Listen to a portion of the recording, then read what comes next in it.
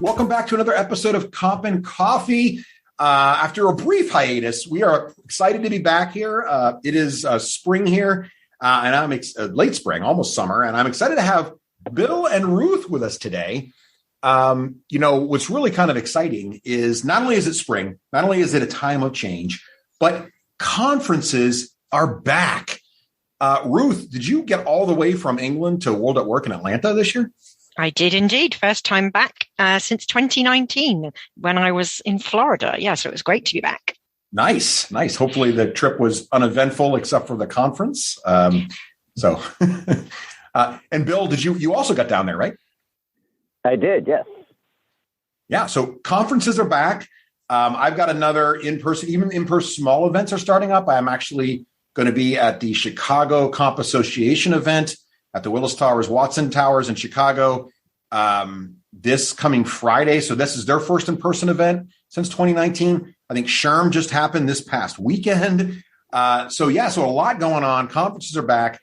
And, it's kind of exciting to be seeing all this movement going on. I think we want to get right into it. But, Bill and Ruth, I know the reason you guys were down there in Atlanta were to present in addition to sort of hear what folks are talking about. And I'm really curious now that we're back in person. And we're talking about these sorts of things. What is sort of the prevailing wisdom? What did you talk about, Ruth? I'm sure you kind of kicked it off with everything's the same. Don't even change anything. Just keep doing what you're doing in 2019. Was that sort of the message?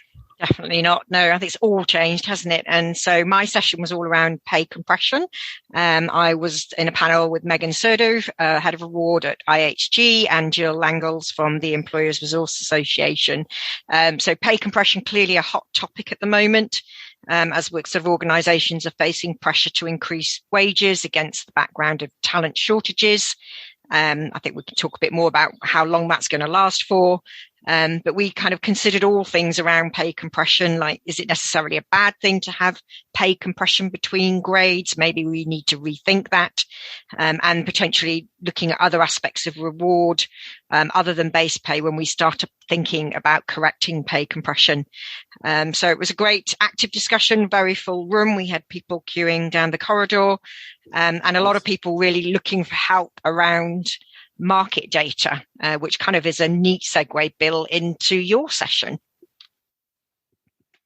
True. My session was, it sounds funny for me to say this because I found it interesting, even though I was one of the presenters. It was a panel, and as was Ruth, but it was a panel proposed by Linda Phoenix from Intel, a practitioner from Intel, who wanted to get a bunch of survey providers together to talk about, what's going on with compensation data. So, I was there for pay scale, and then there was, senior people from all the other, or several other, I won't say all the other, several other big vendors, including Aon, Willis Towers, Mercer, and Culpeper. And it was kind of cool because you never see that, like all of those companies presenting side by side, in a back and forth discussion about data. It's interesting to see all the similarities in what we do and what we see around data, and and also the differences. I had the benefit of being like the one person who, yes, PayScale publishes a bunch of surveys, but we also have other data sources, the crowd data, the peer data, and the pay factors market data or human resource analysis data. And so we have lots of different perspectives from our side, which, makes the conversation more interesting, gave it more depth. And I thought, people learned a lot. I learned some stuff, and it was sort of fun. The panel approach, is more interesting than, sort of a dry, soliloquy, standing up there just talking at the audience. So, yeah, it was definitely interesting and good. Yeah, it's awesome that the panels were there. So, Ruth, you mentioned yours. Your panel was well attended. Bill, was yours also pretty well attended? Do you have a lot of folks there? Yes, and apparently Ruth's a little contagious. There were people queuing out the corridor also on mine, or as I like to say, standing in the back and out into the hallway. Standing room only, Bill. That's the way to position that. Like just such a mob there. Yeah. Were they all holding up little comp and coffee signs, kind of letting you know Well, no? I feel like you're setting me up here. I mean, there were some, beforehand, there was definitely, definitely a few people, shout out to Melissa and Amy. I won't, provide, out them completely, from Ohio, who are so excited to meet, me as, the voice or a voice of Comp and Coffee, and, love the podcast. We love that they love the podcast, and they actually encourage their whole comp association to listen to Comp and Coffee and to subscribe because they find it, very useful and informative, and appreciated the feedback, and hopefully there are more of the listeners out there that feel the same. Yeah, it's funny because similarly, I want to give a shout out to the CCA for inviting me out there to moderate also a panel. And the reason they gave was like, hey, several members are fans of Comp and Coffee, Russ, and we know you do a good job moderating the podcast. So can you come do this? I was like, wow. So, it's a small world in compensation, but it is a world that stays connected. So it's nice that's working out. And what did you guys both feel about, before we move on to some of the other things you learned and some of the other topics that are kind of trending? Ruth, how was it being in person again? Was the energy good? Were people excited to be there? Did you feel like there was more to be gained by being in person than remote? Oh, yeah, absolutely. I mean, I think the energy was really palpable, and I did feel, and the World of Work did a good job of this, but the sessions were much more interactive, I think, than they've been in previous years. I think people have got a lot on their agendas at the moment, and they really mean business in terms of, getting action done, transforming the way reward is operating. It kind of was very much, let's get this sorted kind of feel going on. I'm really talking about, not seeing the things that we're all facing at the moment purely as challenges, but as opportunities to kind of reshape. So other than the fact that I got COVID, which was probably the only negative of attending the event, and of course I got to meet Bill in person as well, so I was very pleased about that. Nice. Bill, what was your reaction? We're sorry to hear you got COVID, Ruth, but it sounds like okay. I am recovered now. So good, great, fantastic. But Bill, what was your feeling from just sort of the energy and the interaction? I'm sure the crowds were like less than normal as people sort of, renew their confidence in these sorts of things. But what was the energy like for you? It was the same. I completely agree with all the things Ruth said. Except that, I got to meet Ruth as opposed to Ruth got to meet me. But that's actually kind of important. And you could see it. I met a bunch of, pay scale employees I'd never met before. And, you could see that throughout the conference as people meeting their own coworkers who they hadn't seen before. So just the reunion aspect and the connection aspect was kind of cool. And I think also interesting is it sort of tells you there is a value to not 100% remote, in any scenario, whether it's conferences or, your work environment. But it was also good to, connect with not just your coworkers, but other people, and hear the stories. And this is one of the things I've said, on the podcast and, in other places before, like, when you are together face to face and talking, you can have a conversation about, or you do have conversations about things that you wouldn't take the time to send an email or a Slack or a text or have a phone call. It's more casual, and it's the conversation as it flows and where it takes you, including, Ruth and I, we had an hour and a half of sitting, between sessions and just, catching up, connecting, finally meeting and talking about things. We've, been working together for close to a year now. And I'd say half of that conversation is things that we were learning about each other and each other's parts of the business that, we hadn't learned yet, which is, sort of embarrassing, but, also refreshing and good for each of us and for the business as a whole. And I think you could see that happening everywhere in the conference, in the exhibit hall and, in the sessions and, in the hallways. Yeah, it's like one thing I noticed, normally when you go into the opening keynote sessions and you sit around those big round tables and kind of everybody looks uncomfortably at their phone. And it was a lot less of that this year, and people reaching out and like sharing experiences, because we've all got some, incredibly rich experiences from a professional sense in the last 3 years. And so that was when I talk about the energy being palpable. It was really people, as you say, Bill, sharing those war stories and just kind of catching up. Yeah, I think that's awesome to hear. Go ahead, Bill. Sorry. I was going to say, and also realizing you're not alone. Nobody had a unique problem, maybe sort of unique little twists on, fairly common problems, and so it's good to see that other people are struggling and hear what they're doing, whether it works or not. You hear what other people have tried, and you can sort of think through how that applies to your situation.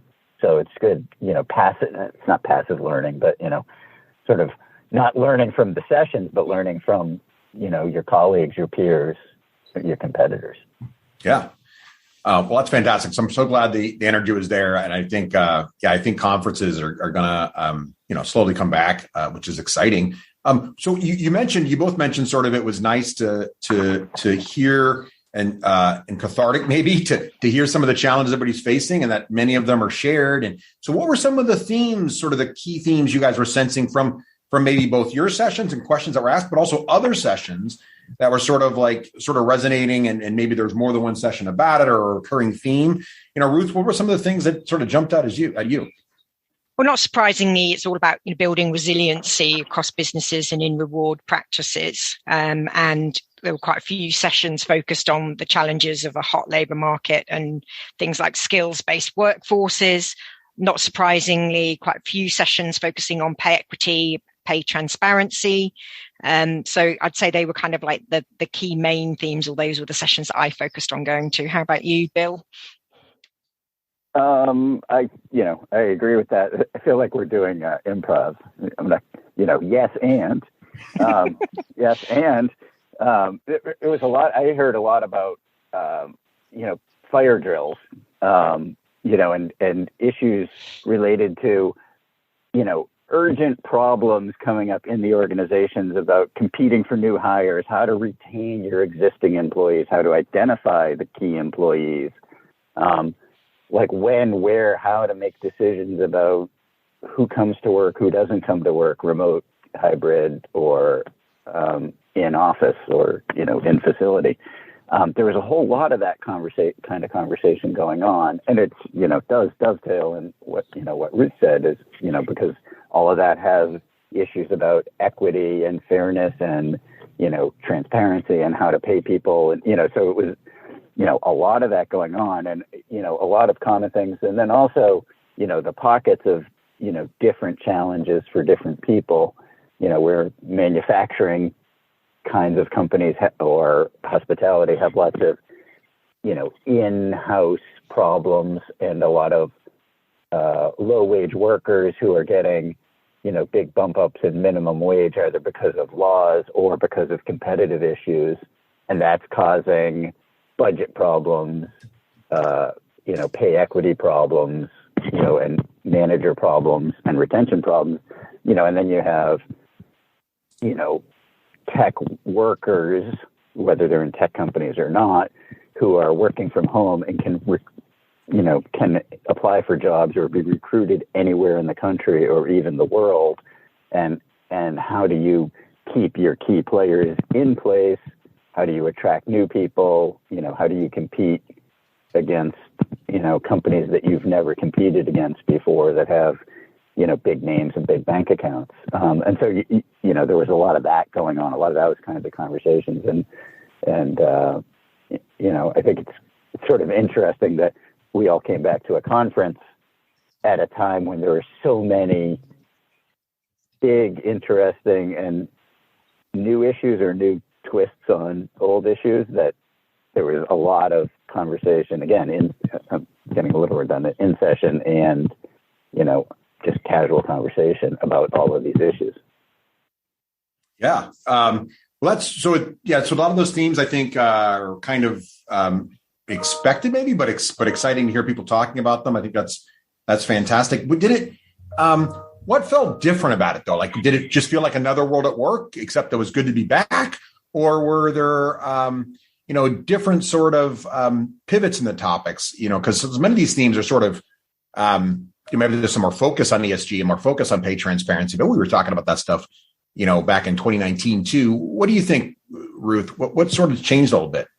Yeah, I mean, I think, many of the themes that were discussed, are not new, as you just said, Russ. They were been around since before COVID. And at that point, we were talking them as future of work challenges. They're now happening. And COVID was really just a catalyst for propelling some of those challenges forward. So I don't think the topics were necessarily different, but many of the sessions were much more practical, so giving examples of how to build back, where organizations have been successful in terms of establishing new operating models. And I found really interesting to see the polarization of different experiences of different sectors. I think there was one keynote where you had the contrast of Delta Airlines with Home Depot, who had, you can imagine, having completely contrasting experiences during the COVID, one kind of shutting down their business and one having to expand their business, disproportionately. That was really interesting to see, really just the size of the challenge that particularly large employers like that have, and coming from such different perspectives, which I don't think we've really had for a long time. Yeah, actually, it's funny you brought those two up because I seem to remember, I don't know if they've mentioned this at the event, but we had some meetups with clients and we did talk to Delta and Home Depot. And I remember there was something about, because there were so many airline employees out of work, Home Depot was offering to hire them temporarily to work in their stores until the airline industry got back on its feet. Did they talk about that at all? Because there was they did. And, it was, and I think Delta Airlines, the experience of similar companies about how it was a lot easier to shut a company down literally in 3 days and park planes in the desert. But bringing it back was a lot harder. Right. And I think, we're seeing that, aren't we? Kind of in our own experience as consumers, with the airline industry at the moment. Yeah. Things is harder than fixing things, it turns out. Who knew? Bill, what were your sort of impressions and the changes? I wanted, it's funny, I wasn't in this session, and this is the first I'm hearing of this story of the Delta and Home Depot, and I just want to shout out to Home Depot for, one of my frustrations with all of this, employment issues going on is everybody seems to approach these things as this is the new normal, and it sounds like Home Depot realized this isn't the new normal. We are going to have this big bulge of employees during COVID while people are doing their fixer-upper projects. And so they were smart to hire people from a group that needed work, knowing that that was temporary, full-time temporary. And so, because now we're seeing, I'm jumping off of our topic, but seeing lots of companies having layoffs now because they overhired because, right. There was a big surge in demand for their business that was clearly not a permanent surge. So that's actually a cool discovery, Ruth. I think one of the things that themes that I saw was there's a lot more urgency to the problems that people are focusing on and addressing right now, which is good because I think it forces companies to actually try to solve the problems, try to address the concerns. Because I think all too often in sort of the normal, course of events, people talk about problems more theoretically, and there's less of a push to actually implement change or to, commit to a change. But all these issues we've been talking about today on the podcast here are all issues that are facing companies, and they are real, and they need a response right away. And I think that's, you can feel that in the presentations and in what people are saying and worrying about. And I think that's, it's good and different this year versus, other conferences, not just World at Work, but just conferences or, phone calls, client calls, focus groups, whatever. So I think that was a big difference. Yeah. So the practicality. And now, what made it the same though? So were there things that are just like, what were sort of the themes that have transcended the pandemic? They were things we were thinking about before, and there are still things we're thinking about now. Obviously, pay equity is one of those things. But what are some of the other things that sort of like, yep, still a thing? Ruth, what were your observations there? Well, the one I love talking about is skills, obviously, and the challenge of, the scarcity of skills in the talent market. And, if we wind back the clock to 2018, 19, we were all talking about this as a future trend, and, large bodies were predicting skill shortages by 2025, 2030. Well, we're really sitting in that challenge right now, and something people think of it as just caused by the pandemic, but I don't really believe that. I think it's that the need for businesses to transform, to find other ways of doing things, potentially using technology, and working out, what skills they actually need for the future of their business. And I think that was really kind of coming through in the sessions that I attended on skills-based workforces, is, people really trying to start thinking about taking that challenge head on. Yeah, I think that's right. Bill, what did you see that was sort of staying the same, still a theme? It's funny. It's, I think I might say similar things to what Ruth said, but with a, little twist, I guess. The topics, many of the topics were the same, but the sort of commitment or interest or energy around them, was more serious, whether it's skills or diversity or, equality, and to use Ruth's phrase, the future of work, it was about the future of work, but now is the future. Yeah, exactly. Now is the future. Well, I think, and one of the things, you both sort of highlighted the skills thing, I think really jumped out at COVID, because we saw people, we always sort of knew, well, some of our employees might shift industries, but I think everybody kind of assumed they'd shift industries almost the exact same job title. And what we saw, and you even saw it with the Delta Home Depot example, right? It turns out someone who can, handle the logistics of getting planes in and out of, gates at an airport can also handle the logistics of a shipping center for a retail chain, So it's like all of a sudden the skills become more the thing that's marketable than the actual job title. And I think, that's going to be something we're going to have to understand more and more in the future. So I think that makes a lot of sense. We talked a little bit about transparency. But the other big thing I think that sort of happened during 2020 and is still going on, and I was curious if you guys saw this at World at Work. What about a DE&I? Like, is that something that's still top of mind? Is it something that got spoke about a lot there? Ruth? Yeah, I think so. I mean, what I was pleased to see is DE&I talked about in the context of pay equity, because for a long time, pay equity has been about, controlling for your kind of equal pay gap.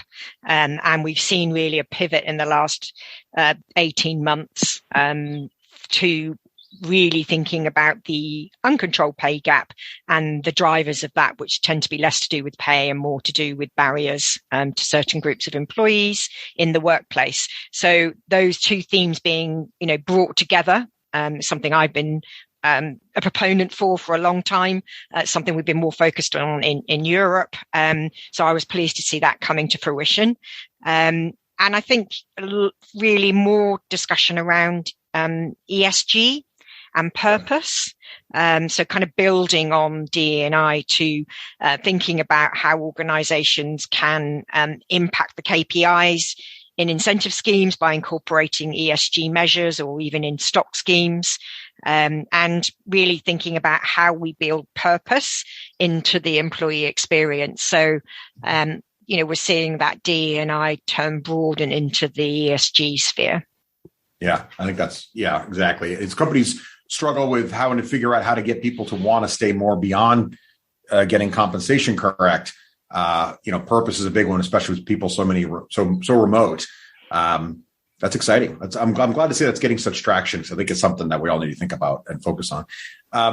So we talked a little about transparency too, and I kind of wanted to dive into that as well, because I feel like, in early 21, it's like every time I spoke to clients, it was always compression. Oh, help me with compression, which clearly with the attendance of your session, everybody's still focused on that. But I'm also starting to feel like now it's like transparency. I feel like there's pressure to get there both socially, but also legally, and certain states are changing the rules. What was the sort of the pulse of the transparency conversations going on there, Ruth? Well, obviously, very much focused on the evolving legislation that we're seeing in the US states, which is creating, challenges for reward practitioners and talent acquisition practitioners, having to now post pay ranges on job adverts or disclose pay ranges during the talent acquisition process. So there was a lot of discussion around, what you can do to help yourselves with that legislation, and really focusing on the fact that, addressing pay transparency should be a strategy and not just a reaction.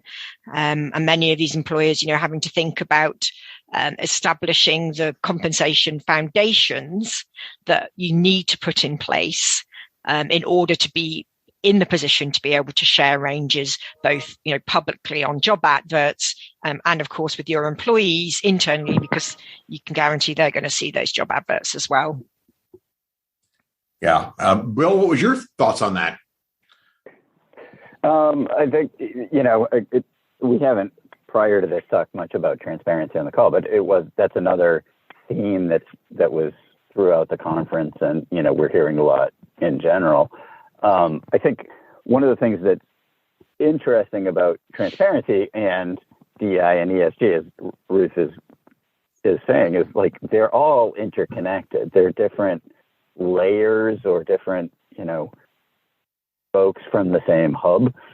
And that transparency is a way of proving, and I have air quotes over that, proving, that we're doing things fairly and equitably and, socially consciously, and, that we're doing what we're saying we're doing, as opposed to just saying it, where like the transparency allows people to see that we're doing that.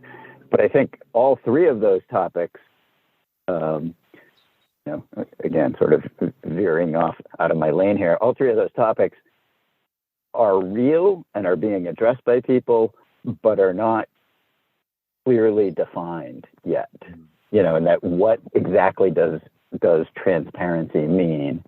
And if you ask 100 people, you'll probably get 120 answers. And the same with DEI and ESG, or ESG in particular. Watching the news, you're seeing like ESG funds are being, investigated by the SEC because there's no rules about what makes something an ESG fund, and it's the same thing with us.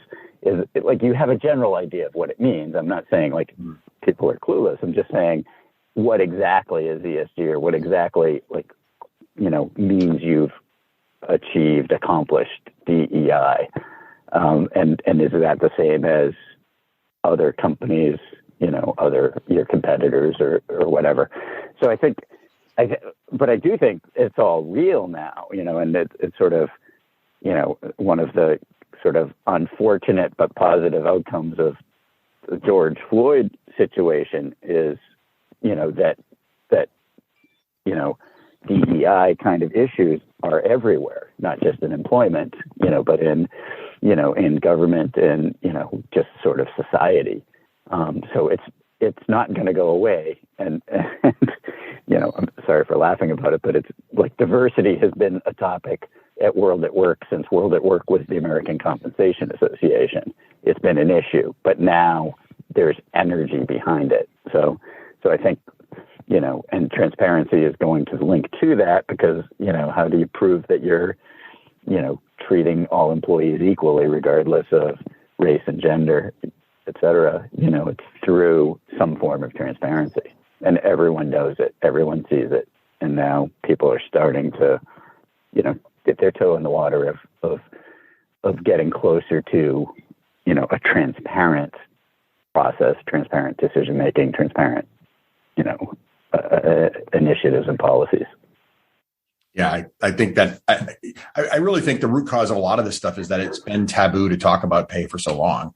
that it's in a box. And now that whatever the definition of transparency becomes, as long as it's not taboo to talk about your comp and we're more open about what we pay people and why, I think that will go a long way to solving a lot of these problems, driving the change that needs to happen. So, good stuff. Ruth, I wanted to ask you this. Was there a feeling, were people still saying the new normal? And if so, what does the new normal sort of now mean? Yeah, I'm not a huge fan of that new normal term, but I think it was interesting because the timing of the conference, we were still really talking about the challenges of the growth market and labor shortages and inflation and wage inflation as well. And now literally in the last kind of 3 to 4 weeks, that's pivoted to start talking about potentially a more turbulent road ahead of us and impending recession. And we're seeing every day reported layoffs already happening. And that wasn't really covered at the conference. So, what is the new normal? Is it a growth market? Is it a recession? I think the reality of what the new normal is that it's turbulent and that, we need to be resilient in order to deal with that. And so it'd be interesting kind of to see, maybe that's the topic for the next Coffee and Comp podcast is, how do you manage comp in a recessionary environment? What's going to change? I keep getting asked, are people going to stop focusing on pay equity? And I think to Bill's points that he just made earlier, it's too late. Pandora's box is open. Employee expectations are a major driver of what's happening at the moment. We've been in an employee-led market. They have very strong expectations of where they want to work, how they want to be paid, and how they want to be treated as individuals. And I think, if anything, that's the new normal is, we are having to adapt to employee expectations more than ever before. Yeah, I think that's I'm glad to hear that's sort of what people have been talking about. Bill, did you have any sort of feelings on the new normal? What were sort of the things you were picking up? I should just get a rubber stamp set. I agree with Ruth. And maybe you need to go first. Yeah. Next question, you go first. Bill. All right. Yeah. How about a little gender equity here? All right, Bill. All set. All right. No. So my last question. But wait, we're at the end. No, I was going to say the thing I would highlight from that is the turbulence or the constant, things are, changing at a faster rate, and that, Ruth made a pretty clear point that what was normal when we were both in Atlanta, whatever that was, 2 or 3 weeks ago, has changed in the time between then and when we're recording this podcast, and that what employers are focusing on, is different, or, there are new things they're focusing on. And I think that's been going on for the past 2 years, and it's going to keep happening for probably the foreseeable future until we get back to a normal economic time and a normal social time, and sort of a normal global, peace time. I mean, it's like pandemic, inflation, unemployment, stock market way up, stock market down, war in Europe, all of that, right. Ridiculous gas prices, like all of that, like plays into what we do. It's like people are economists, and, the economy is a function now of things. It's a global economy, and, global issues affect us. And as long as new good or bad things pop up anywhere in the world, we have to be prepared to respond to them. That's the new normal. All right. Well, Bill, get ready. I got one more question for you both. I'm going to ask you your response first. Here we go. So as I was preparing for the Chicago, CCA event coming up this Friday, one of the questions, we've been saying to comp professionals and total rewards leaders and CHROs for a while, hey, your comp team, your compensation group, they need a seat at the table. And I think thanks to, COVID and everything else that's been happening and the great resignation and all that sort of stuff, that we do have a seat at the table. People understand compensation is critical to their business's success. So you have a seat at the table, but how are you going to keep it? How are you using it? How are you taking advantage of it? And so I want to ask both of you, were you feeling that theme there? And sort of what do you think folks' response to that sort of question would be? Bill, you get to go first. Oh, that's a lot of pressure. I wasn't ready. I think, so I do think that all of these things have given HR a seat at the table. My question to that question, it's rhetorical, Russ, so you don't have to respond. My question is has HR earned the right to stay at the table? And, and I think there's a lot to that because, HR was invited to the table, in dealing with employment issues and, remote workforce and COVID rules in the office and, increasing, employment, hiring, recruiting problems, retention problems, all those things were key issues that you needed HR for. But like what makes you like a permanent member at the table, sticking with the metaphor, and it's not your ability to respond, it's your ability to think big about the business, not about the specific question at hand, and to prove that what you're doing adds value to the business. And I think HR is notoriously soft on that, self-promotion and proving its value, and is much more reactive to issues. And so I think for HR to stay at the table, things like what we've been talking about here, these themes that we've seen through these conferences, the DEI, ESG, the pay equity, and pay transparency, they're all issues that sound good, that make you feel good, but how do we measure them and how do we prove that they are helping us? How do we prove that diversity is adding value to our company, is making our company better or stronger? And same with, ESG, same with transparency. It's not good enough to just say it's the right thing to do. I mean, that's important, but, the seat at the table requires that you're thinking about the business at a higher level and not just the feel-good parts of those things. And so I think that's going to be the challenge for the comp folks, the HR folks,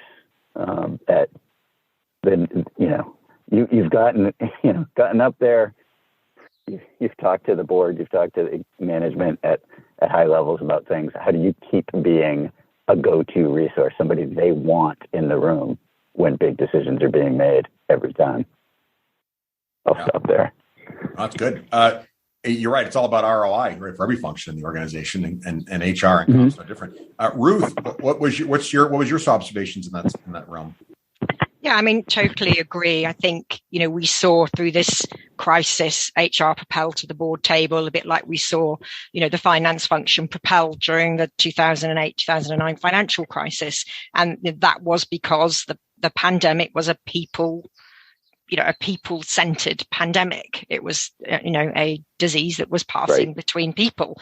And business survival became very much, there was a lot of issues around supply chains, but obviously focusing on, how do we look after our people? How do we get, our people in the right place to do their work if they can do their work?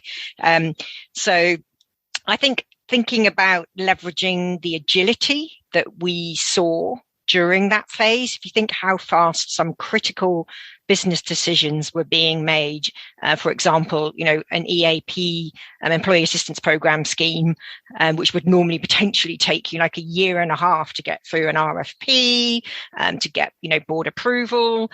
EAP schemes were kind of put in place in literally 3 months during that phase. So I think if we can kind of look back to how we managed to get some of those decisions made so quickly, what are the lessons we can learn from that in terms of, getting more decisions made at the same level of pace, because we're living in an agile business world now. And that if we think about compensation and compensation policy, it tends to be thought of as very much an annual process, and it's very hard to change anything in a compensation year. So I think, hanging on to that agility and taking that forward would be a great thing. Awesome. Well, thank you both for sharing all your observations there. I wish I could have gone, but I'm excited to get on the ground this week, just Friday, and start chatting with folks, because I, like both of you, I really appreciate getting to meet people face to face and hear about their challenges and learn what's the latest in compensation. So that's what we've been hearing. But what have you been hearing? I'm sure many of you are getting out there and talking to folks as well. And so when you're not running up to Bill at World of Working asking for his autograph, what kind of things are you observing? Let us know. Either email us at coffee@payscale.com or go ahead and tag us on Twitter over at Payscale. Thanks for listening, and we'll catch you next time on Comp and Coffee.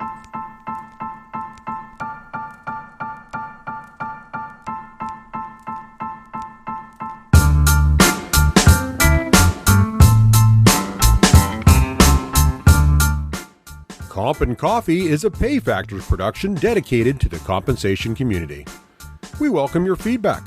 Send email to coffee@payfactors.com, tweet us at PayFactors, or share your thoughts in our PayFactors community tile. Until next time, keep your coffee hot and your data fresh.